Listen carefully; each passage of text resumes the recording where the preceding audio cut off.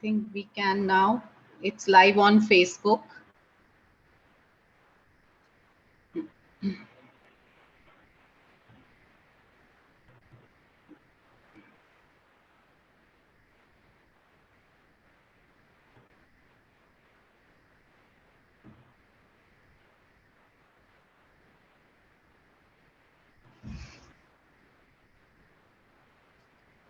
Vidyapeetham? Yes, ma'am, please start. Okay, thank you. Good evening, everyone. Welcome to the 10th episode of web series Decoding NEP 2020, brought to you by Edudevs, School of Inspired Teaching and Learning, in association with Amrita Vishwa Vidyapeetham University. My name is Meenu Chopra, and I accord a very warm welcome to everyone. Today's topic for discussion is restructuring university admissions in the wake of the pandemic. With the cancellation of class 12 exams, students may seem relieved, but there is an air of uncertainty, and that is soon becoming a cause for concern.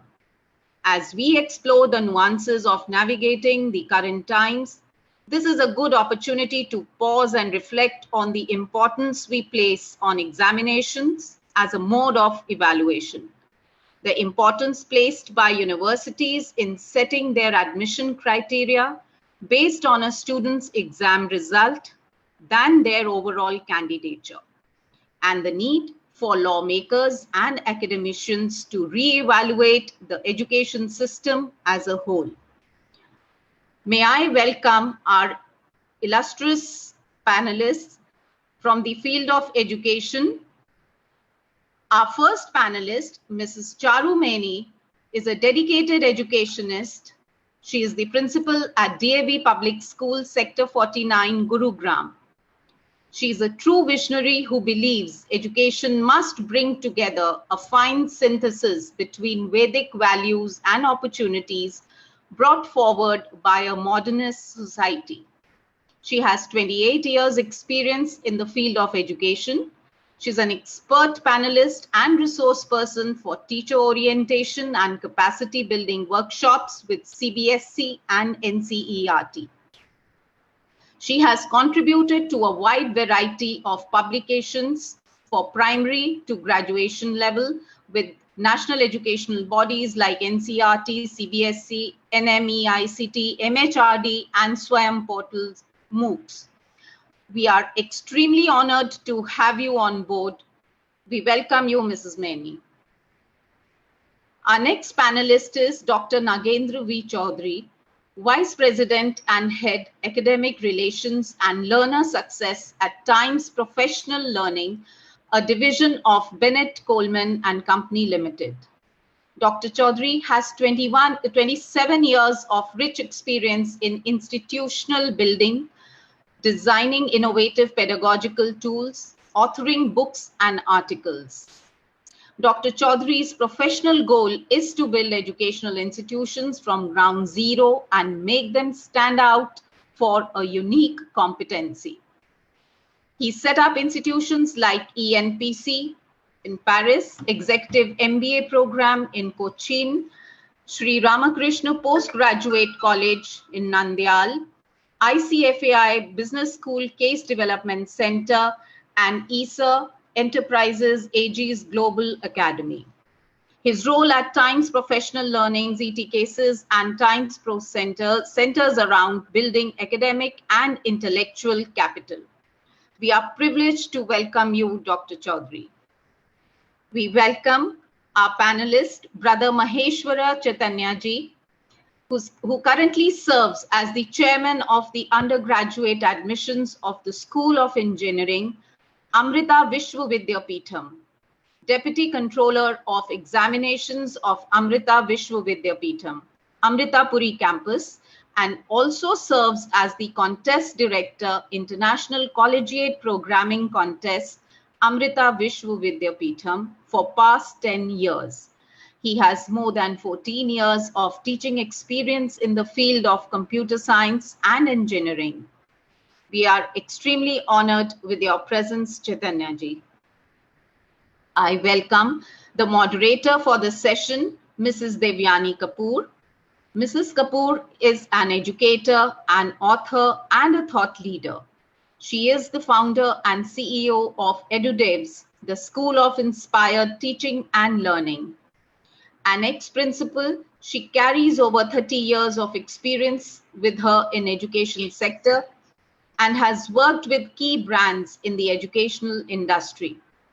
She is credited with introduction of a number of innovative pedagogical techniques for effective classroom management, quality circle time, lesson planning, experiential learning, and student empowerment strategies. A very warm welcome to you, Mrs. Kapoor. And now I hand over the stage to you. Thank you so much, Veenu, for such an illustrious introduction of all of us. A very good evening and warm welcome to all our distinguished panelists. Today, we have yet another pertinent issue that we are going to address. Restructuring the admission process of universities in the wake of pandemic situation. Creating a new normal for the generations to come. I welcome you all once again. The government of India on 1st June decided to cancel the board examinations for class 12. The state boards, the Indian school certificate examinations followed suit. Our esteemed Prime Minister, Shri Narendra Modi, asserted and rightly asserted that the decision was taken in the interest of the students and that the anxiety among the students, parents, and teachers needed to be put to a settle. Catering over crore students who undertake board exams, conducting a board examination in itself is a humongous task, as we all know, which involves a high degree of preparedness and precision. We were in a war-like situation, and we all welcomed it as a nation.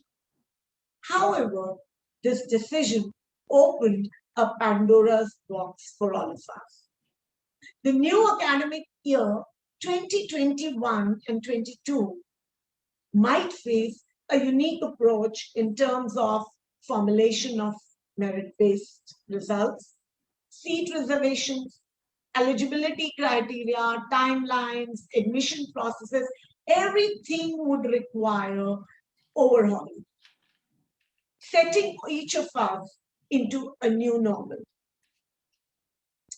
Now, the cancellation of these class 12 examinations will directly impact the new methodology for admissions to higher education. But for years, haven't we all been challenging the admission process as being the one window assessment approach? With this, we come to our most popular segment, which is the ice-breaking round. Same question will be addressed to all the three panelists to gauge into their perspective of the issue. Dear panelists, the time limit to this segment is 2 minutes per panelist. And I would request each one of you to please adhere to the time limit. We will follow the sequence of first the same question addressed to Ms. Charumani, followed by Dr. Nagendra Chaudhary, and then Brother Maheshwara Chaitanya. So, Ms. Mani, the initial euphoria over, cancellation of the CBSE examination, there was a lot of day-to-day, we were waiting every day open, and we realized that the government with the courts were, deliberating and mulling over this thought, has given a way to uncertainty. Educationists see it as an opportunity to, as I just said, overhaul the education system, and the term it as prudent decision, given the current circumstances. Of course, this might herald the beginning of a new paradigm shift at the school level and a marked change in the entrance criteria to the higher ed institutions. Now, my question is, do you think it's prudent decision, and what changes are you expecting? Yes, Ms. Mary. Thank you so much, Devyani ji, and thank you everyone here. So yes, taking from your question, I feel it is actually indeed a well thought of prudent decision indeed. And taking into consideration the safety and health of our children, which is paramount importance to us, this was the best that could have been done in this pandemic situation. So I am happy with the decision which the government has taken.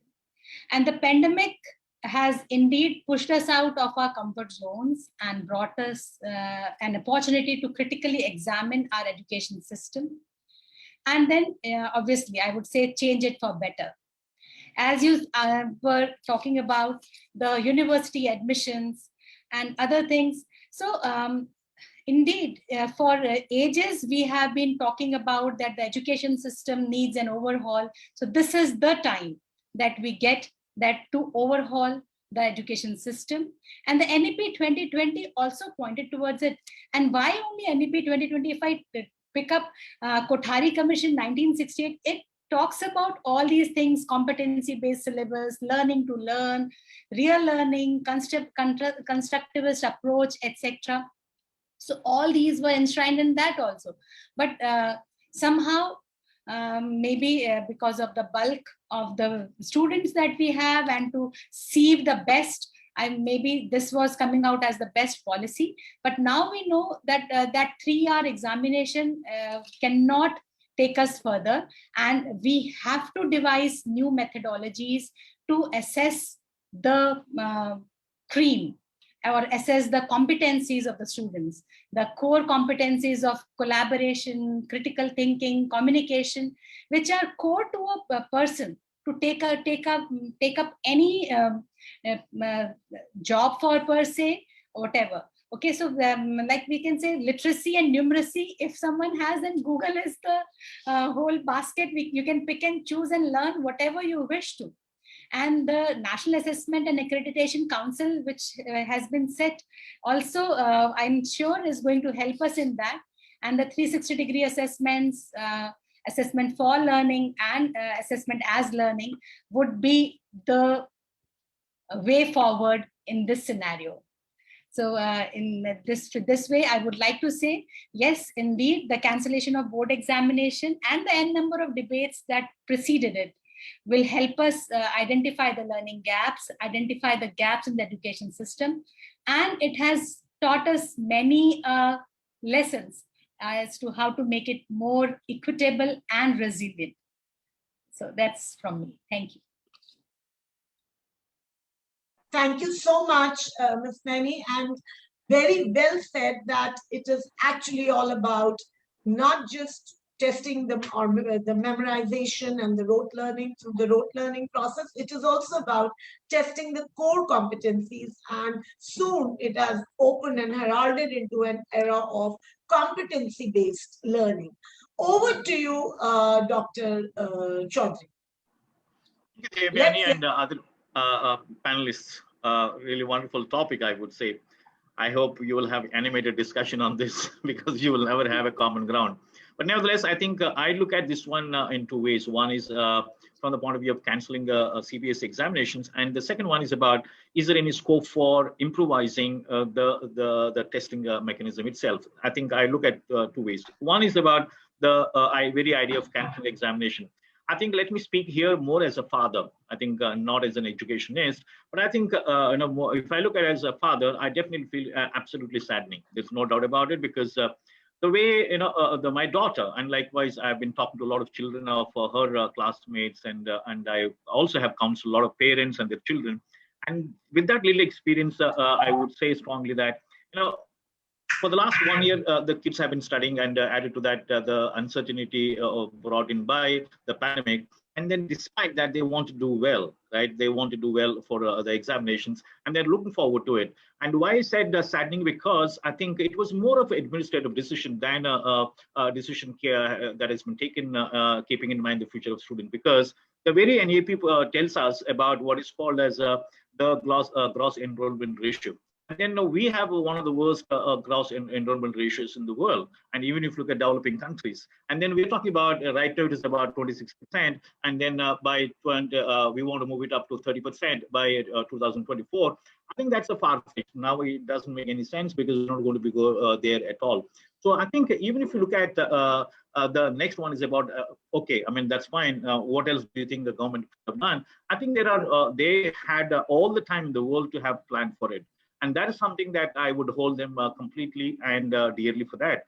So from the point of view of best practice, you might counter argue and say that do we have examples? Yes, there are examples. For example, if you look at Spain and South Korea, for example, China, for example, at least these three countries I know for sure that, for example, if you take Spain, at some point of time it reported the high number of deaths and things like that. But yet, all that it has done is it has made sure that the students have taken the test, right? And the only thing is it has, I won't say diluted, but then it has used components, and therefore still there is what is a sanctity for the examination, because this 12th class examination results are the passports, or the visiting card to the higher studies. And if you tweak there, and especially in the wrong way, I think that's what I think personally, as a father, definitely that is something that I know that was not welcome.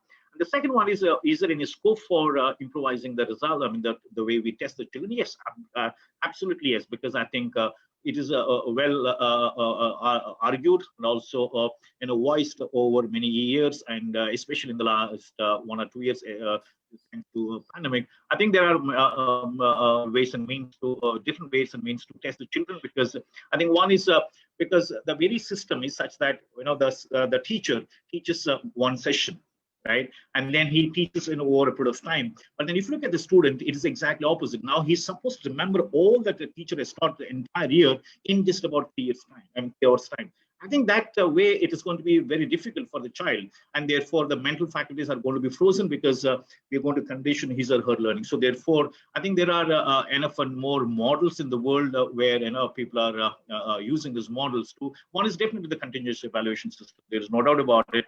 Again, within that, what is the best way to test depending on the discipline? Because let's say you have science discipline, you have arts, humanities, and maybe commerce, etc. So each one of them will have a different a tool that can be amenable to test their knowledge. So I think that's would be my two cents on these two ideas, Devyani. Yeah, thank you so much, Dr. Chaudhary. And yes, you're right that class 12th results, if you look at from parents and students' point of view, they are definitely the passports to their world beyond school. And so the result holds a lot of importance. But yes, also very rightly that we need to look at other models, as many of the foreign universities cater to their admission process through the holistic assessment approach and not just the one window. So probably we've got this chance where we can delve and deliberate on newer approaches and newer processes. Thank you so much, Dr. Chaudhary. Moving on to Chaitanya ji. Let's hear out what Chaitanya ji has to say, because I'm sure he must be sitting there and juggling and deliberating on various policies that the university would be, looking for. Yes, Chaitanya ji, over to you. Thank you, ma'am. Thank you so much for this wonderful topic. See, there are a few things which I wanted to mention here. The first thing is that, as Charu ma'am mentioned, this is the time to change, and it is the right time, which we have a lot of opportunities with the help of technology. First thing is that, as rightly pointed by Dr. Nagendra, parents are much more worried than students, because for the students, they may be pretty clear on what they want to do, but parents are much concerned about the children's future. See, because the children nowadays are much more smarter than teachers and parents, so they know how to find out some information from Google. So the thing is, of course, the decision is both good and bad. I'll just point out an example. For example, we have a campus in Kerala, and in Kerala they have already conducted the +2 exams, that is the state board exams. But at the same time, the CBSE exams are not happening, so they have cancelled the CBSE exams. So how do we weight both the boards? So that is a little confusing for us, and you cannot expect a candidate who is planning to do a BCom to come for an online proctoring test. No, it is impossible. So then the only option available is to go through some interview process. So interview process becomes so elaborate, so tedious when you have this online system, scheduling and calling the students, connectivity, those issues. So one way it is good that from my perspective, I think the students and parents have to come out from this examophobia, because they think that +2 exam is something, will define the future. Definitely not, because the exam will be repeated again in BTech or any degree, and they will further have a lot of confusions when they go for placements. So when they attend an interview, again it is an exam. So it is not stopping at +2 level, and let us not give that kind of an importance to this. And as I remember the dean of Amritapuri campus, he used to tell, every day has to be an exam, every class has to be an exam. So that is how he thinks of education, because we have to come out from this rot learning, mugging up of syllabus. Because I know when I ask some questions, the students will say that this was not part of the syllabus. So teachers are teaching from the syllabus point of view, students are learning from the syllabus point of view, and they always say that, oh, I learned for 2 marks, but you asked for 5 marks. How will I answer? So they don't know how to present a concept. So that has to change, and I'm 100% sure this NEP will change the entire scenario. But still, the big question mark is, how do we practice? All theories are good to see, but how do you practice it? How do you train the teaching community? How do you uplift the teaching community, which is very, very important. And at this point of time, the public universities are going with the +2 marks. So let us say, state board exams have been conducted, CBSE have cancelled these. So how will the public universities weigh both these students? So that is also of great confusion. And there are some chances that the students who are poor in learning, they might get better marks compared with the other students. So all these issues can be a great concern. So my suggested solution is that at this point of time, maybe for the next 2 or 3 months, the students and parents have to do a thorough research on the different courses available, the selection criteria of different colleges, and we have wonderful NIRF ranking. They can always go through the ranking website and see what is the admission process, and then they go to a college where they can satisfy the criteria. And I'm 100% sure that just like last year, even if they take admission in the college, the UGC will direct them to refund in case they want to cancel the admission. So there are plenty of opportunities. So rather than brooding over what will happen in future, etc., it is the ideal situation is to sit and do an online thorough research, find out what are the courses available for me, and corresponding colleges or institutions available nearby house or outside the states, wherever. And according to that, you move forward. So that is what I want to say. Overall, it is good as well as bad. It depends on how we utilize this situation. Thank you, ma'am. Thank you so much, Chaitanya-ji. And I completely agree with what you're saying, that I think for years, we've been overemphasizing class 12 examination. And second thing is, yes, students and parents and educational institutes also have to come out and from their traditional mindset to a mindset, because last 21st century, the last so many years within the 21st century, we've seen that it has created across the world demands and created such kind of systems where a student has to be equipped with certain skills of communication, collaboration, critical thinking, how to use the information effectively, data analysis.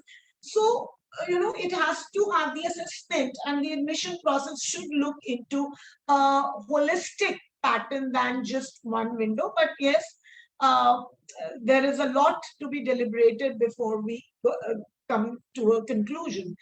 Thank you so much, sir. Moving on to our round 2, where each one of you will be addressed one question depending upon the time. And moving on to Charumani ma'am. We've seen that all said and done, as Dr. Nagendra very rightly said, and we have been, looking at the class 12 board examination like a passport for your to be ready to enter the real life. Now, merit is the basis for admission to various, undergraduate programs, especially DU and so many, barring a few, Jamia has always had an entrance examination. So many universities, as Sir was also mentioning in down south, that have their entrances examination. However, the final class 12 board exam, even though we may seem that it is a test of memory, does provide a result to gauge the meritorious position of students, create a structure which enable us to set our admission pattern. Also, students work hard throughout that 1 year. Throughout the 1 year, and often it is that last 1.5 months, because I'm sure being a principal and I've been seat for years, and we've seen that till January the student is performing extremely badly, and then suddenly you have the class 12th results where he's scoring 94, 95. So, of course, by due respects to our assessment process, but that push to prove himself for class 12 examination, does that give us a clear-cut picture? Don't you think now with students and academic counselors, they have this kind of a fear that the entire year's assessment pattern vary from school to school, because many schools I've heard are now reconducting their online tests to improve the scores of their students. Now, wouldn't students and various institutions in various states would be at a disadvantage, when it comes to college admissions? How will we create a parity in this when it comes to schools giving out the scores to the university? Yes, ma'am. Thank you, Devani ji, for this. First of all, to Professor Chaudhary, yes, I empathize with you when you have a child at home who had to write a grade 12 exam. But what else we could have done? They say, if you have lemons, then what do? You make lemonade and drink it. Make the most of what you have, isn't it? So this was the best that you could have done in this particular situation. So that is one thing. And looking at all because it's a crisis. We are there in the crisis. It's a global crisis. And we have to pave our way through in the best possible manner. And I think this cancellation of examination was the best way here, and putting to rest the apprehensions of the parents, the students, and the teachers, as ma'am was asking. Ma'am, you were saying that merit, we would get merit when the 12th standard examinations were held. So was it merit actually? You yourself said, no, ma'am, that prior to 1 month, the students won't have been performing well, and suddenly the grades shoot up. So it is the test of rote memorization, I would say, rather than the test of merit, so to say. Okay, so but yes, all this is what we had been relying on, and we also are a product of that. If I'm sitting in front of you, I'm a CBSE product, and ठीक है, कुछ ना कुछ तो था ही उसमें, and that's why we are here. Scores, you said how to bring the score, the parity in the scores, and how it would be done. So like we all have gone through the grade 10 examination, we have done the results, and I am वैसे भी if I ask if you ask me, I am a person who gets satisfied very quickly, and I am of the this jargon only, that laminate, have a lemonade when you have lemons. So I am happy with the class 10th result that was made, because they gave us a window. The best scores that the school had in the past historical performance, we had to take that, and in that window we had to work with the students. So students, I'm 100% sure, will not be at loss. Ma'am, you were talking about that throughout the year performances would be taken care of, but doesn't matter. Even if the throughout the year performances are going to be taken care of, the moderation committee of the schools will sit over that, because that's how we have done for 10th, and I'm 100% sure for 12th they're going to come out with a very robust formula which will help schools to have that kind of a freedom, wherein they would see to it that their students are not at a loss. आपको आपके school का the whatever is the best historical performance, they are giving you that window. In that historical performance also, they will give you the freedom to play with the marks, to put them in the for the students. The teacher knows how the student has been performing in grade 10, grade 11, grade 12. So I'm 100% sure this is going to give better results, Mr. Chaudhary, and your daughter will get good results, and you will be happy in the end. So anything else? Yes, Miss Many, I'm very tempted to, rub this. Now, schools are vying with each other. When you, as principals, we read our illustrious victory sagas on the annual day, 50% of it is which student was admitted to which university, and that becomes the crowning glory of each school. Sure. Now, there will be that kind of back in mind are in their hands to give the scores. So how would you think, very briefly, how do you think a control would be made when the scores will be dished out to the students by different schools? So maybe very quickly something. Yeah, so ma'am, surely I also missed on that, I think. So earlier also predictive scores were being sent to the universities. The foreign universities were always taking predictive scores before giving us the intent letters and all. So and now many of them have even come back to the students that they will take the predictive scores only. Why? Because they must have seen that for these particular institutes, the predictive scores and the scores that the child got were more or less, they were in parity. Okay, so I don't think there would be a problem there. Now, coming to the capping, as you were saying, that some schools may overshoot their performances, they won't be able to do that, I'm 100% sure. Because the capping would be put by CBSE as it was done for grade 10. That this is what I am assuming. The formula hasn't come out, but after getting deep into the grade 10 result making, I'm 100% sure no one can really go off the roof and give marks to the students, and the others are just sitting over there. Jab aapke paas, you have the historical data, you will be able to do only that much. Great. Thank you so much, ma'am. This was a naughty question and I wanted to bring it up. No. Because this is there playing in everyone's mind. I also have a niece at home who's asking, Bua, ab kya hone wala hai? So this is what is. Absolutely. Thank you so much. And we do get some kind of a capping by the CBSE or some kind of moderation, which leads to creating a parity when it comes to, putting all our the students in the same dish. Moving on to Dr. Nagendra Chaudhary.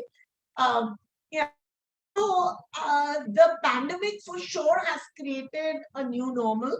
And when we look at the education industry, it has not only forced universities to find ways to continue while they were fighting out virus transmission, but it has raised a very, very pertinent question, an existential question, that for years we had a particular model of higher education suited to the needs of the global needs.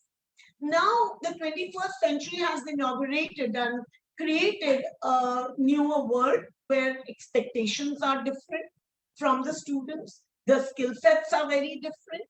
So does it still carry value for this system would still carry students, and would the young people have already been hit, have been hit hard by this crisis? We definitely want to avoid situations where we have, qualified unemployed youth, where they have degrees but no skill set. This question definitely becomes relevant because I was reading an article, your article, where you spoke beautifully about kind of skill sets that probably a 21st century youth student would be requiring, and where you had put in your management, talked about management students and how you had compared them with other streams. Yes, sir, over to you. I think that's a good question, Professor. I think it's $1 million question. I don't think we will have an immediate answer. Again, like I was telling you some time back, we will have an animated discussion on that. But I think whatever I have heard from different deans and directives across the world and some of the best education leaders in the world, I think one thing is for sure. I think this cannot be the new norm for sure for higher education is concerned. And the reason is simple. One is that if you look at, because of the first degree and the second degree, because the way you look at the first degrees, you're actually, if you look at the psychology part of it, the cognition part of it, the child is just, broadening his or her mental capabilities or the faculties. Now, the PG, or what we call is the second degree here, I think that's where you are actually honing them more deeply. So if you look at just the first degree, ma'am, just after 12th class, what happens there is that the two skills that you need when across the globe, whichever institution that you go, you will have these two. One is the hard skills, other one is the soft skills. Now, again, the soft skills also becoming the hard skills given the pandemic situation. That's a different story. But then, if you look at the the hard skills part, yes, maybe to almost about, maybe I wouldn't say 100%, but especially pure sciences, it's impossible. Maybe about 60 to 70% you can achieve through online, but again, not 100% as far as the hard skills are concerned. But when it comes to soft skills, which are going to be life skills, not just when I say soft skill, but they're also to be looked at more as a soft the life skill. Now, that cannot be delivered, or that cannot be passed on or inculcated while online. Ma'am, there's no way, because I'm seeing because we also deal with some of the best learners in the country and also at home. And then we have been talking to different, like you said, different institution builders and educational experts, and their philosophy is same. I think they're waiting for this to get over very soon, and they want to get back to the campus very soon. So much so that there are institutions, for example, the best country that I can think of is of all the countries in the world, UK has been the first one. If you look at just Google also, this is the one country which has attracted or which has invited the students from all over the world. And again, the highest number happened to be from China and India, just about last 3-4 months I'm talking about. So therefore, there is actually we are talking to somebody, a very senior administrative officer in Lincoln University evening around the same time, and they're already having a lot of students on the campus. Because that is where I think the learning is going to be, because life skills or the so-called soft skills cannot be delivered online, because they need to have that ecosystem, because that's the only way. For example, a lot of things are the soft core and the hardcore subjects kind of thing. The soft core subjects, anything related to social psychology or social sciences related subjects, ma'am, there is no way that I can deliver online. There's no way. And if you look at most of the subjects, there is a social science component to it. So therefore, to that extent, I think we'll be missing out, and then maybe the half-cooked product that we are going to deliver if you are doing only online. This is not going to be sustaining at all. That's for sure. And the second one is that yes, I think the bigger question is that what kind of practices I think that's going to be coming in the years to come. Yes, yeah, it's not that people, the universities have not used this online, because you would have seen even before the pandemic, there are many universities or business schools or colleges where they used to invite lectures online, and they used to invite people for online lectures, and that used to happen live. It's not that they didn't have it. One thing is that it used to happen while the learners were on the campus. So therefore, it's not that they were new to it. The only thing is, if you make that one as a new normal, I think that's where the entire edifice is going to crumble. Because if you look at, even you trace it, ma'am, about which is the oldest university in the world, which is about 1009, it is a 1096 year. That's almost about more than 1,000 years ago, University of Bologna. Now, this university, or let's say you look at the second one, is the University of Cambridge, which has produced, I think, 29 UK prime ministers and almost about 56 Nobel laureates. And what have they done? And if you look at the history of what they've sustained, this model, very illustrious model of it is not about inculcating, but it's also the kind of life that comes along with the campus life, or what you recall it. I think that's the impromptu discussions. A lot many things. Time is not sufficient, but the point is that this cannot be the new normal, and I'm sure people are going to be, willing to. I'm sure they want to go back to the campus life, both the faculty as well as the children, especially because I think that's what is where live action is going to be taking place. So that's my gut feeling, Professor. Although I'm not wishing that that's going to happen soon, but definitely, what I definitely wish is that it should be the case, so that the entire mental faculties, if they have to blown up, or they have to really, what do you call it, the sprouting in the way they should be, I think the campus life is whatever you learn. I mean, you learn something bad, something good, that's fine. At the end of the day, that's what the life is all about, and therefore, I think I should, and I think that's what my honest perspective would be, ma'am. Great, thank you so much, Dr. Chaudhary. I think we all resonate with your thoughts that yes, campus experience and campus life evolves a human being and makes a man out of a student. So that experience is something which cannot be replaced by any online models. And second, of course, we see that the universities and everywhere, I think, the modalities of the curriculum and models will have to change. A lot of integrated approach of specific skill sets, which will hone the 4 C's, which are communications and critical thinking and data analysis, and plus the industry specific skill sets. So on that note, of course, the universities will have to relook and revamp their curriculum.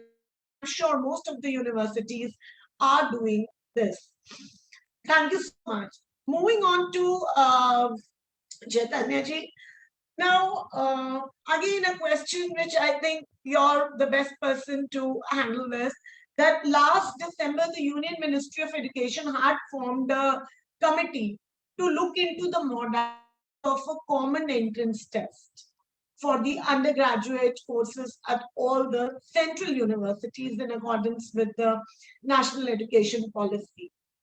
However, we've been seeing for years, as I earlier also said, that Jamia Millia Islamia is known to conduct its entrance tests for its undergraduate courses.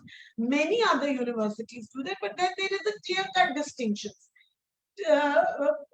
Certain universities, for certain courses, have entrance tests. For certain others, they base their admissions on the class 12 marks.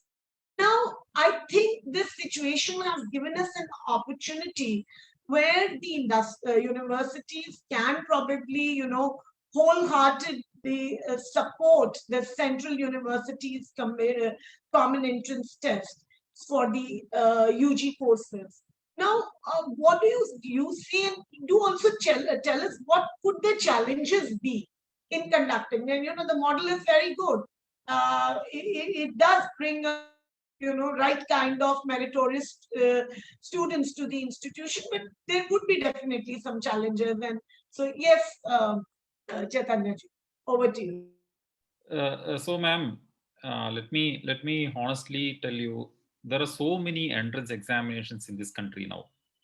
So we are adding, in fact, one more entrance examination, and if at all, the common entrance examination proposed by the government for the centrally funded institutions.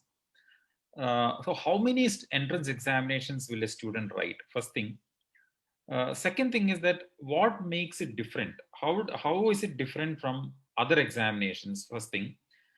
Now let me put a controversial fact that, for example, I am sitting in Coimbatore in Tamil Nadu, and there is no entrance examination in Tamil Nadu.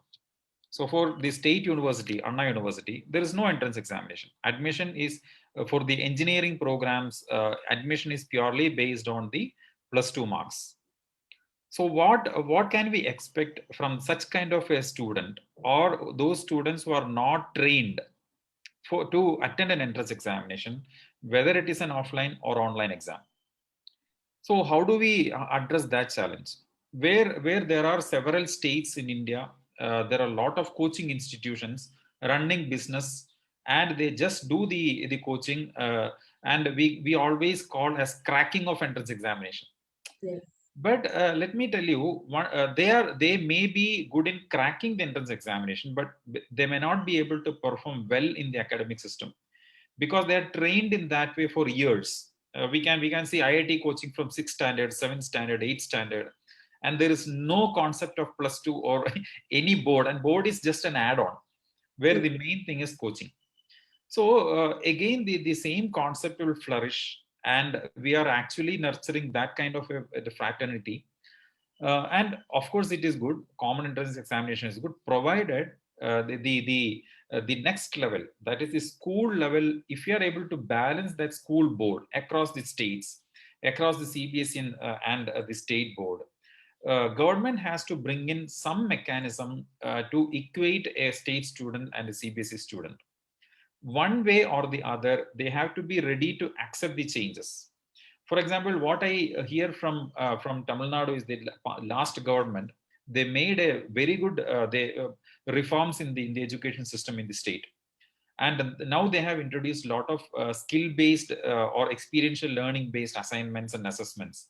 And what I heard recently is that throughout this lockdown period, they kept on training the students in government schools. So which means that they may be the best students, but they may not be good in cracking entrance examination. So it is always good to have an entrance examination, provided all the students who attend that entrance examination are given the proper education on how is it different from cracking an entrance, and how does it differ once they come to the academic system. Because problem solving skills and critical thinking skills are most crucial. And it may not be easy to go through acquaint those skills just by cracking entrance exam. Because with the teaching experience I have seen a lot of engineering students who get top ranks when compared with the state syllabus student. They come into the system and they may not be able to perform well. So how do we equate this? Cracking an entrance examination perfectly fine, but what will happen once they come to the academic system, and how will the faculty manage? So that is going to be a really big challenge. The common entrance examination will be one single window for admission to the centrally funded institutions. Even for us, for example, for Tamil Nadu, we have a separate quota for Coimbatore campus, because we know that the students may not be able to perform well in entrance examination, and the students from other state may be able to get top rank. So to resolve that issue, we have a separate quota for the state, just like NITs do. For NITs also there is a state quota. So just like that, we are following the same pattern. And this year what we did, we have given enough opportunities for the students to attend our entrance test multiple times, so that they can improve the score. It is same like JEE pattern. So something like that has to come, because still there is a fear of taking entrance examination. And not even that, in this scenario, specifically in this scenario, when the students and parents are totally in an uncertain situation on what will happen in near future. So it is about their career, about their future, because I see that much more than the any other community after the healthcare sector, students and parents are the most affected community, because it is all about their future, and we don't know what is going to happen in the next 6 months or 1 year. So that also is there. So given that situation, I think it has to be eased now for the time being, at least for this year. Perhaps when these situations are normal, this type of entrance examinations are good. But my suggestion is bring in only one entrance examination, just like NEET, across the country. Remove all the other entrance examinations and make sure that they bring in a system. They have to bring in a system where we can equate both a state student and a CBSE syllabus student. So that is my take on that. Thank you, ma'am. I think thank you so much, Chaitanyaji, because and I'm sure the parent communities, and we have a panelist who is also a parent of class 12 student, and I think two very important views that we generated from your thought is that first is equating the CBSE and state boards too. So that I'm sure will make a lot of difference. I think that's a very, very important statement that you've made. And cracking of the entrance exam is not important. Helping them sustain into that course. And so removing all entrance examinations and having an all India kind of state. So you would say that that means, because I really want, this is a question which I'm sure so many parents and educators sitting here would want to deliberate upon. So you want to say that instead of looking at universities having separate, having a common entrance exam for all their colleges, use pan-India kind of entrance examination. So how would that model for sciences, that model might work, but model work for, sorry, I'm just expanding on this, commerce and liberal arts as well, if you could throw some light, because this is very important for our viewers to know. That how can that be, because those are professional colleges. Here it is about, what are your suggestions on this for commerce, liberal arts, and? It was for me, right, ma'am? Yes, sir. This is for you. So if you look at the various career domains, let us say arts and humanities and commerce and engineering, then healthcare. So there are different ways in which we can assess the students. And if you really want to look for a quality kind of student intake, my suggestion is to definitely go by the profiling methodology, where most of the foreign universities do, especially for the liberal arts and other sort of programs. For example, we do have a 5-year integrated program specialized in data science and mathematics. So profiling is a very good way in which we can assess the students. And nowadays, with the help of technology, there are a lot of systems that will assess automatically with a lot of AI sort of platforms. It is possible for us to assess create an automated assessment system. And finally, we can have a one-to-one discussion. Or there are universities like Shivanada University. They do have a faculty interaction. They won't call it as a kind of interview, but they call it as faculty interaction. And the department specific faculty, they will talk to the students after the shortlisting, so that the number of students whom they talk to will be reduced. For example, if you have 500s, you have maybe 100 to 150, and maybe a cluster of faculty members can talk to the students face to face. Then it becomes easy to ensure that the student quality, the intake is really good. So other than engineering and medical professions, other streams can certainly follow this kind of a methodology, where the colleges and institutions can ensure that the input is good, so that finally after 3 years or 4 years, the product they generate, that also is good. So my suggestion is a kind of faculty interaction with an automated system put in place for assessing the profile of the student. perhaps the whatever extracurricular or co-curricular activities they have done during their school, the competitions which they have participated, all those things will help, because ultimately liberal arts is more about the skills and the way in which they think has to be different. It is not just like engineering or any other profession. So that is one of the best ways which I would suggest. I think what Charu ma'am said about the historical data. So if we are able to feed that data, whatever the students have done through their high schooling, so that will really help. For example, we even now we go through the 10th class mark, because 10th class mark is the students are very serious before they turn to right or left. They are serious about that fact. So then it is always good to have a historical data, get the maximum data, and we can the first this thing itself, first shortling itself, we can find out those who have filled up that kind of a historical data in the system. They can certainly be considered because they are serious students. So something like that, some kind of automated system that can assess a student profile, that will be of really good help to select the students, because the student intake is usually less comparatively when compared with engineering. Right. Yeah. Thank you so much, Chaitanya ji. So I'm sure the institutions, the heads of institutions and educators would have taken a tip from Chaitanya ji, that profiling, assessing the student profile. So that also means that institutions have to start encouraging students to work on their profiles right from maybe class 10. And then another very important is the faculty interaction, which often has been taken like an eyewash, that I have cleared the written test. So faculty interaction I will be able to, but I think faculty interaction should be given equal importance. So am I right? There could be a combination of a written test, assessing the student profiling, and faculty interaction when it comes to the non-science, the STEAM, I would say, courses. Right. Thank you so much, Chaitanya ji, for your insights. Coming back to Dr. Chaudhary, and I actually want to pick up from where we left.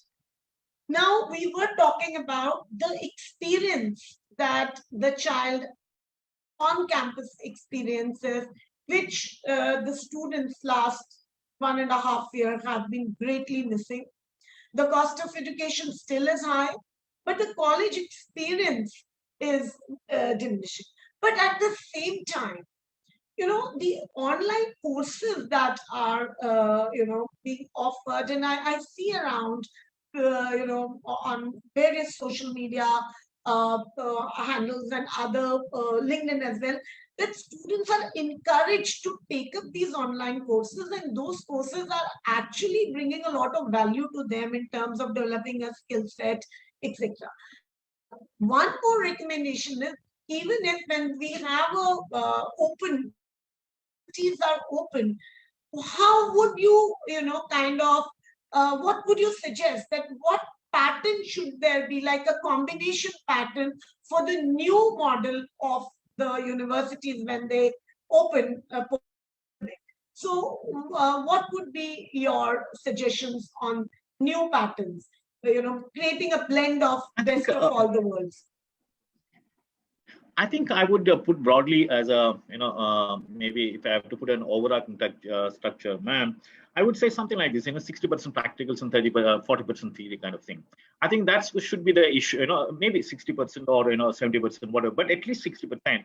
What we're looking at is that I think that's what is required, because for a child to have, that, what we call that engaged learning, because unless and until you involve them, but not necessarily the class, all the courses have to be taught only in the classroom. For example, let's say you're talking about humanity, largely about, I would put, social science related courses broadly. I'm saying other ones are pure sciences, for simplicity's sake. Now, all the social science related courses have got to have that human element, because that's where you learn from. Otherwise, I think you are going to be secluded, and then you become I think very strange animal for the society. I'm sure that's not the purpose of any such course. So therefore, and then If you look at the hardcore science or pure sciences, ma'am, then you definitely need that kind of the classroom engagement, because there are labs, there are experiments and things like that, and then therefore it's an exploratory kind of thing. But as far as anything which has got the social science element, they have got to have that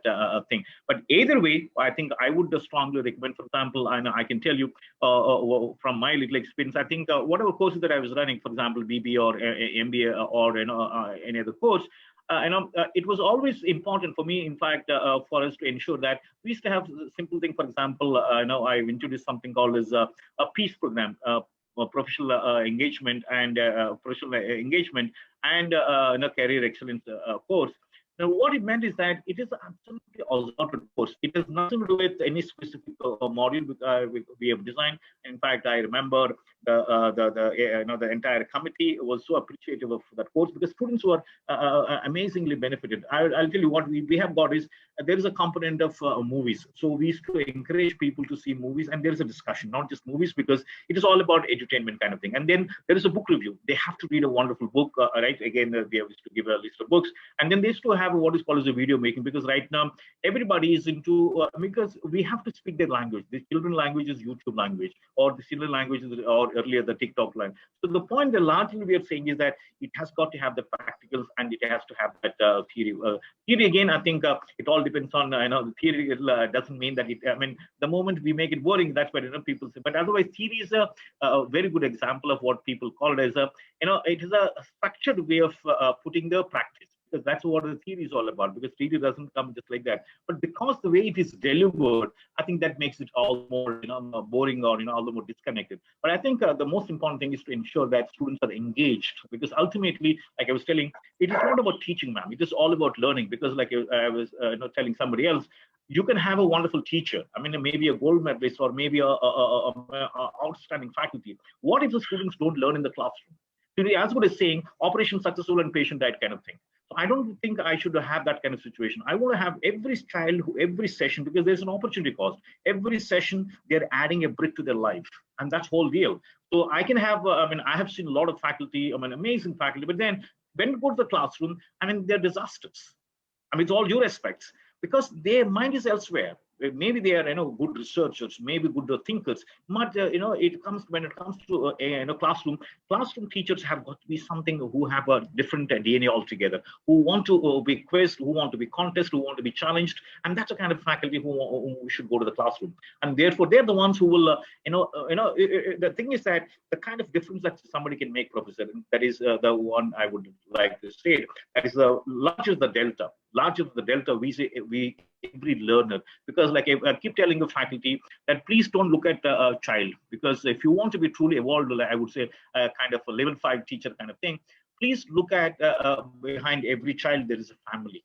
Right behind every child there is a family, because their entire hopes and everything is around riding on the child. Maybe he won't know it or she won't know it, but then that's what it is, whether you're in India or Los Angeles, anywhere in the world, because every child or every student or every learner comes to a classroom. Behind him or her, there's a family. Their entire hopes, maybe generations of hopes are there on this child. But the point, therefore, is that how do you make sure that he or she becomes absolutely not just employable, but I think a livable person? That's what I would say. So therefore, I think overarching thing would be about maybe 60% practicals and 40% theory, or 70%, if you may like to put it that way. But the point is that there has to be an amazing component of practicals, Professor. I think that's the only way the students can learn, and they enjoy, and they can, of course, they might fail. That's fine. Yeah. Thank you so much, Dr. Chaudhary. And I'm sure our viewers will take a note of that once the pandemic is over, and with the national education policies, guidelines, campus experience anyways will be diminished, because reduced, because their students need to be pushed out of the classrooms. Learning has to happen in the life scenario in the form of internships, online mechanisms. So yes, healthy blend of hybrid model would definitely will be seen when post-pandemic. Moving on to Ms. Mani, there has been a proposal under consideration to allow students to take an offline exam at a later stage if they are not satisfied with the marks that the school is awarding them.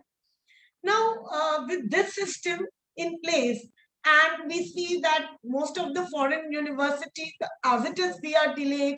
The admission process of most universities would have started. Would this whole thing create another, problematic situation? How will the, what kind of challenges do you think the class 12th grade would be facing when it comes to, admissions, marks, they are not satisfied, revaluations? How will all this system be created? I'm sure our parents would be wanting to know this, because that's something generally people rely a lot on their revaluation marks. And yes, Miss Mary. Yeah, thank you so much, Devyani ji. And also, as I was reading the chat, one of the teacher or maybe an educationist has written that two batches of students are not same. Then how can the CBSE put a cap? Kind of a question is there in the chat, which is similar to what you are saying, that the student is not satisfied, or maybe the school is not satisfied with the marks that the child has got. So first thing, as you said, reevaluation. There would be no chance of reevaluation in this case, because there are no exams, though no written exams. Another thing is the CBSE, as much as I understand, it will just give you a window. Within that, the teachers have, as Chaitanya ji was talking about, the profiling. The teachers have been monitoring the historical performance of the child, and what Chaudhary sir is saying, 70% practicals and 30% of theory. These all are pointing towards that we are giving more importance to what the child does throughout the academic session, or much maybe throughout the years of education. And when we say practical, it is, I think, Mr. Chaudhary, Dr. Chaudhary, you also wish to say about the profiling kind of a thing, where we are asking about LORs and internships the students have done, or maybe the work they have done with the NGOs, and the kind of things they have been doing in the inter-class and inter-house participations, so which will create a whole profile for the child and would be good for the admissions. Now, coming back to what Devyani ji, because I just got a little swayed away from the question that you had put. So when we would be making the result, the window is coming from the CBSE, but I know what my child had been doing. Okay, it is not necessary that if in year X, the highest percentage that my child got was, let's say, 98%.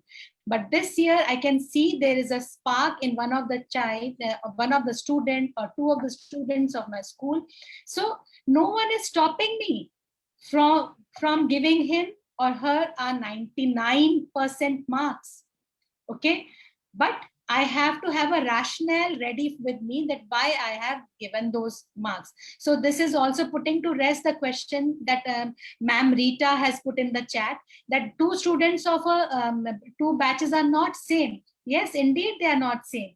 The cap that would come from CBSE, it would be only to see that the schools do not put the marks just as if whatever they wish. उतने window में आप खेलो ना बच्चों के marks के साथ, मतलब the teacher knows the child, you put the marks and do it. That would be there. And as you said, the writing exam, I'm sure if this kind of a free hand is given to the teachers to give marks to the students and moderate with the marks, I don't think any child would be asking for a re-exam.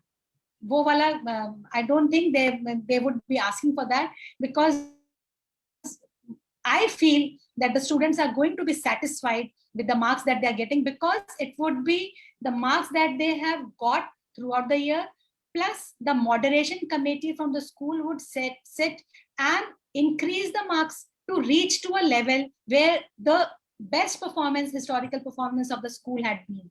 So I feel there won't be any problem. And for university admissions, as you were saying, For my school, my students have been applying to various foreign universities, and Professor Chaudhary, to your Benetton Coleman also, the students do apply to, and all these institutes ask for a profile, as Brother Chaitanya was asking, talking about. So profile and the predictive scores will help the students in securing the best position in the universities, and we should not trouble our minds and our souls, children and ourselves, ki pata nahi kya hone wala hai. Everything would be, all is well. Yes. Thank you so much, Miss Mani, because that's one question I'm sure all the parents who would be watching today's show will be concerned about, that how will it happen? How will, because if they are looking at foreign universities, how will things, they might not miss the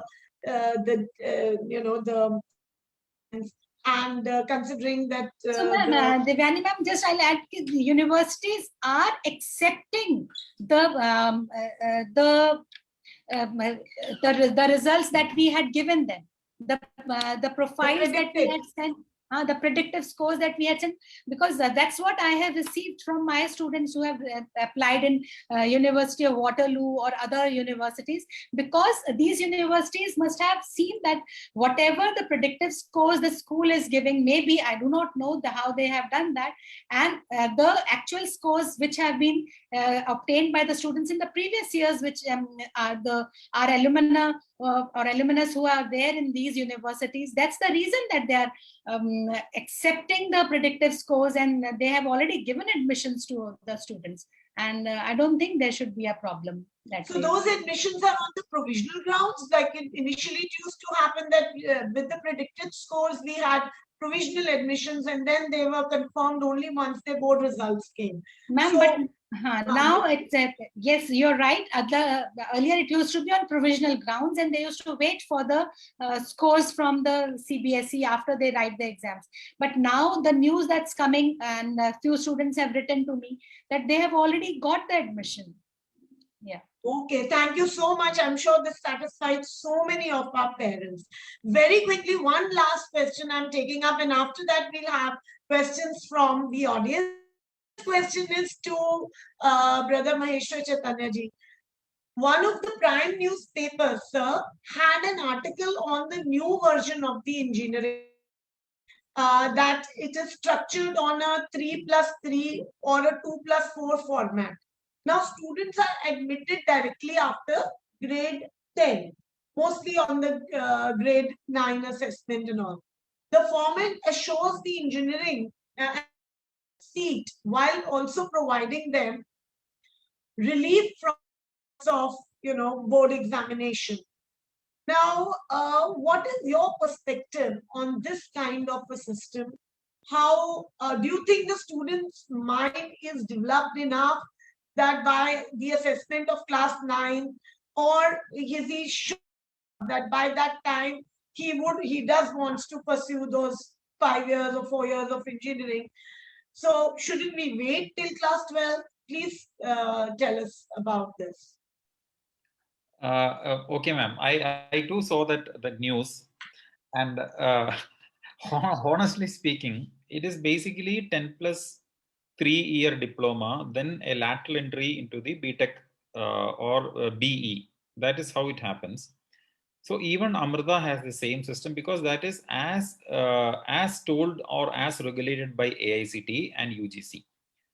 It is possible for any diploma holder to join a BTech program. But see, do we really need to encourage that kind of a system just because that you can avoid +2, or you can just avoid the examinations in high school? I don't think so. Because see, future engineers are expected to be the problem solvers, and we have been discussing in this session itself about the skills that we are expecting from the future engineers. Engineering is basically a skill. It is totally based on the mathematics and analytical skill of the student, and a diploma is more into practical orientation or application of the whatever they have learned. So somebody who can think from a critical point alone can design. So for example, designing an aircraft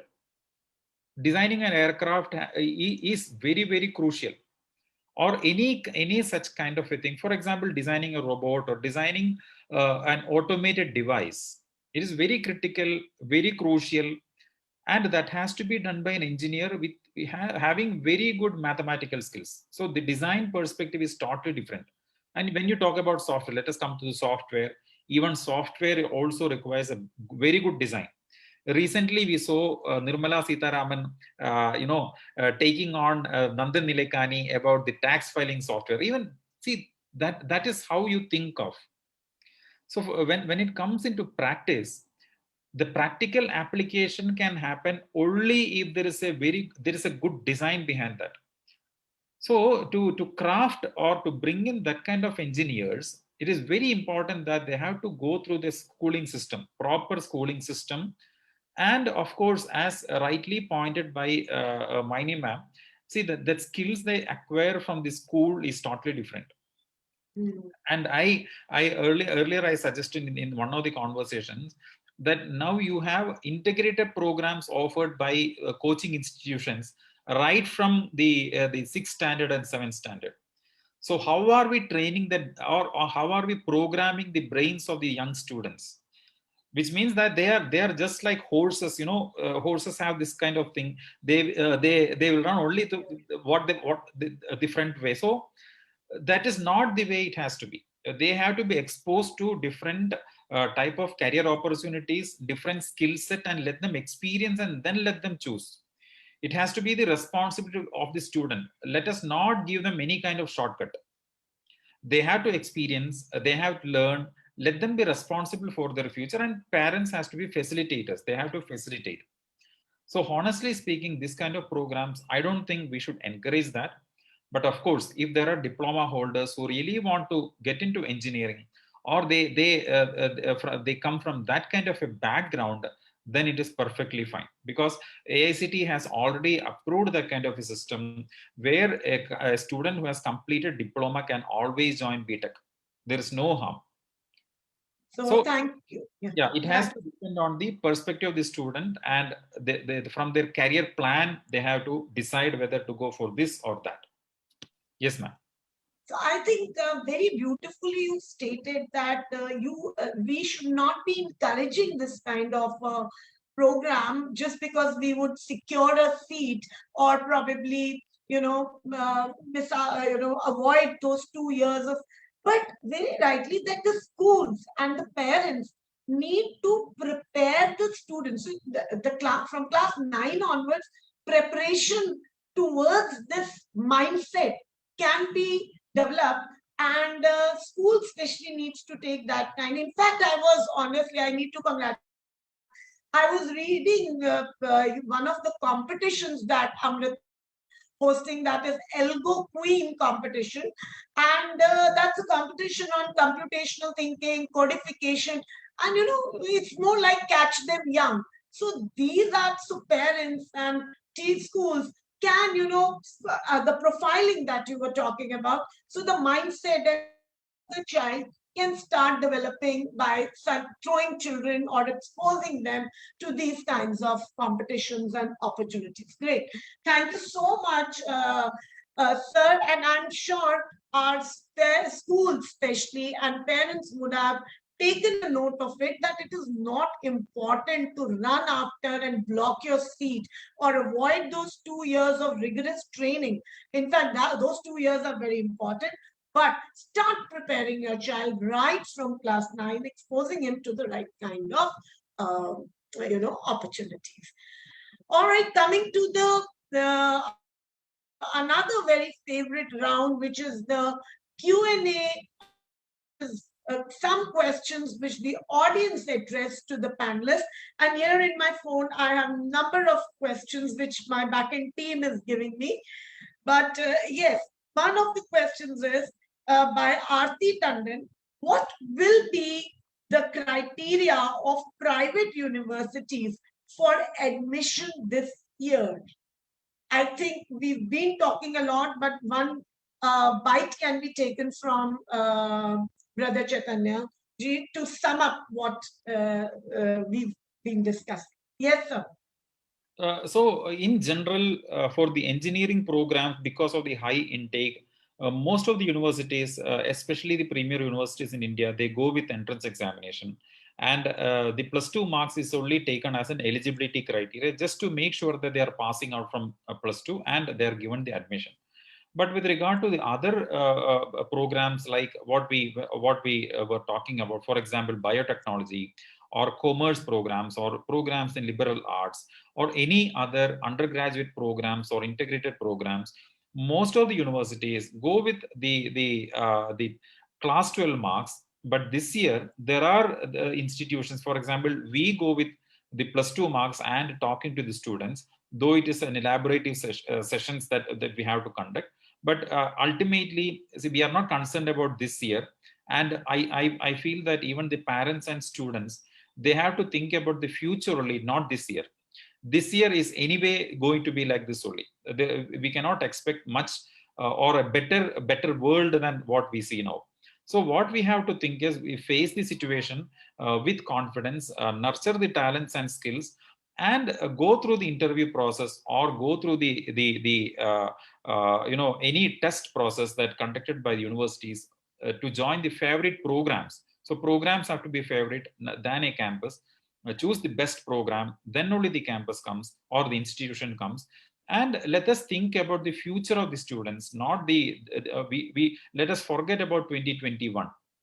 So that is more important. So most of these universities are going with the interviews and as ma'am suggested, historical data. I know my friends working with Shivanadar and OP Jindal, they are going with the profile as well as they're talking to the students one-to-one. Then they select the students. But for engineering, it is through entrance examination. That also online proctored exam. That is how it is going on now. Thank you so much, sir. I'm sure our viewer would be satisfied with the answer. Mr.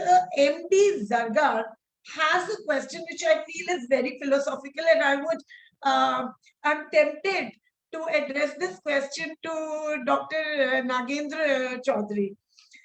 Sir, how to ensure admission in universities without any scorecard and without conducting any examination?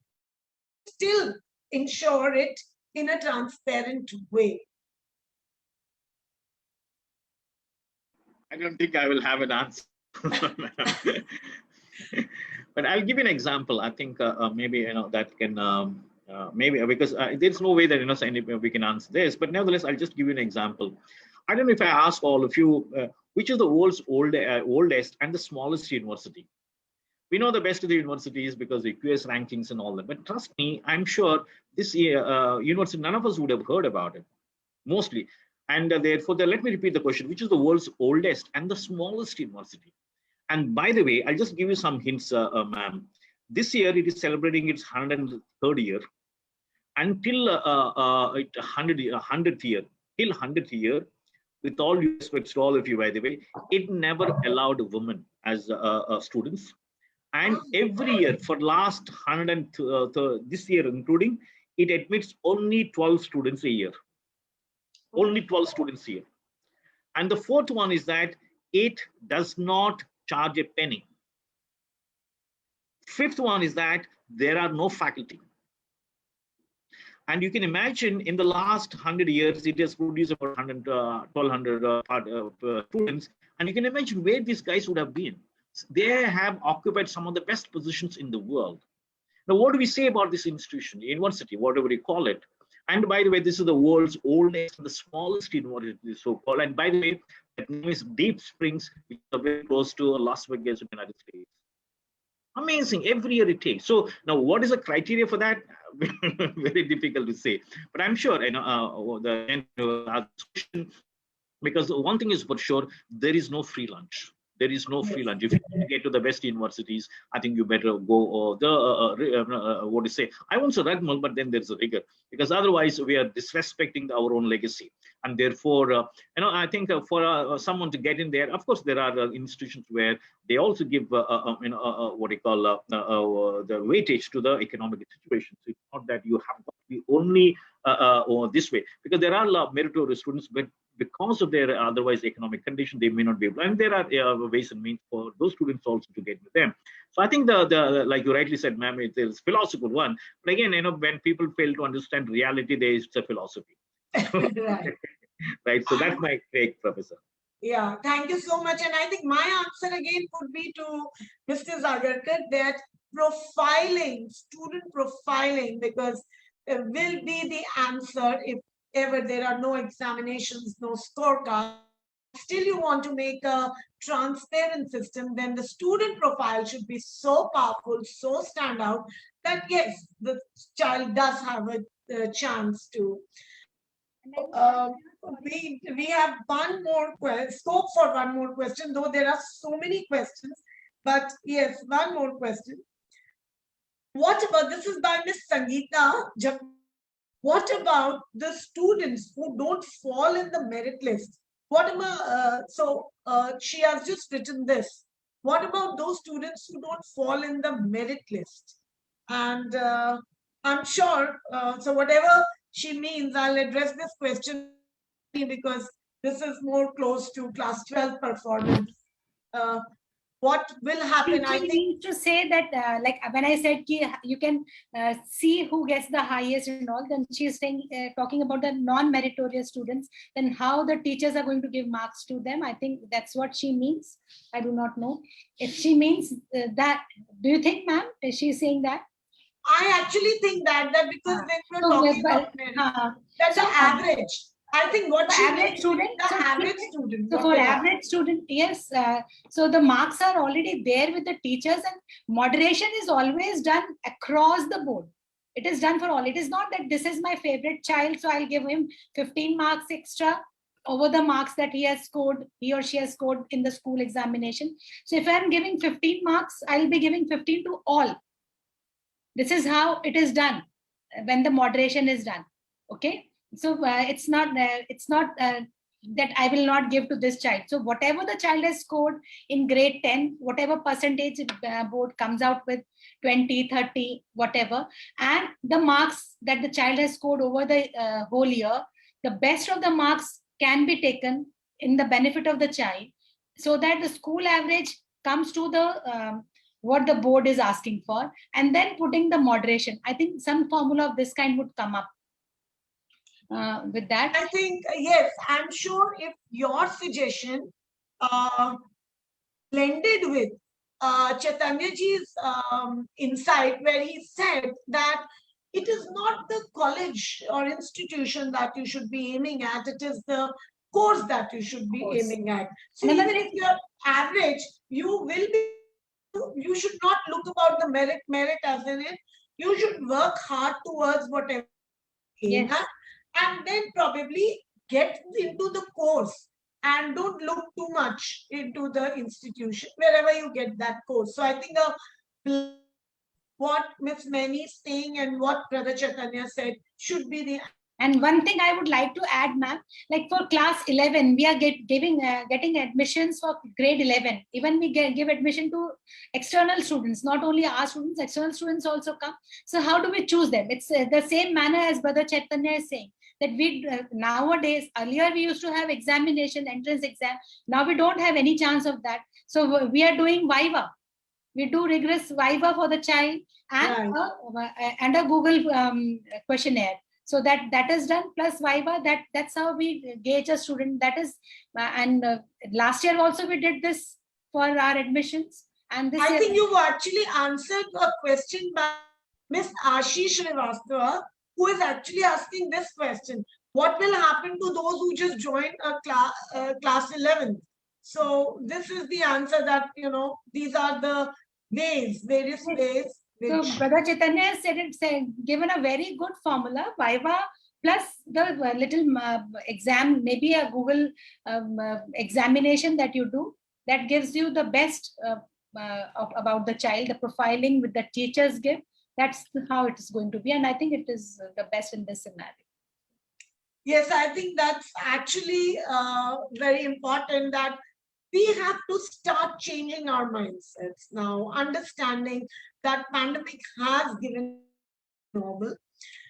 Coming to the end of the session, and I think this was a very, very enriching session, and with the insights that we gained out of our esteemed and distinguished panelists, I would just like to say that academic reforms should roll out, and the higher education policy should reorient universities to a steady balanced shift from teaching to professional research, modernized applied curriculum, financial support, and infrastructure with the professional faculty, to the professional faculty.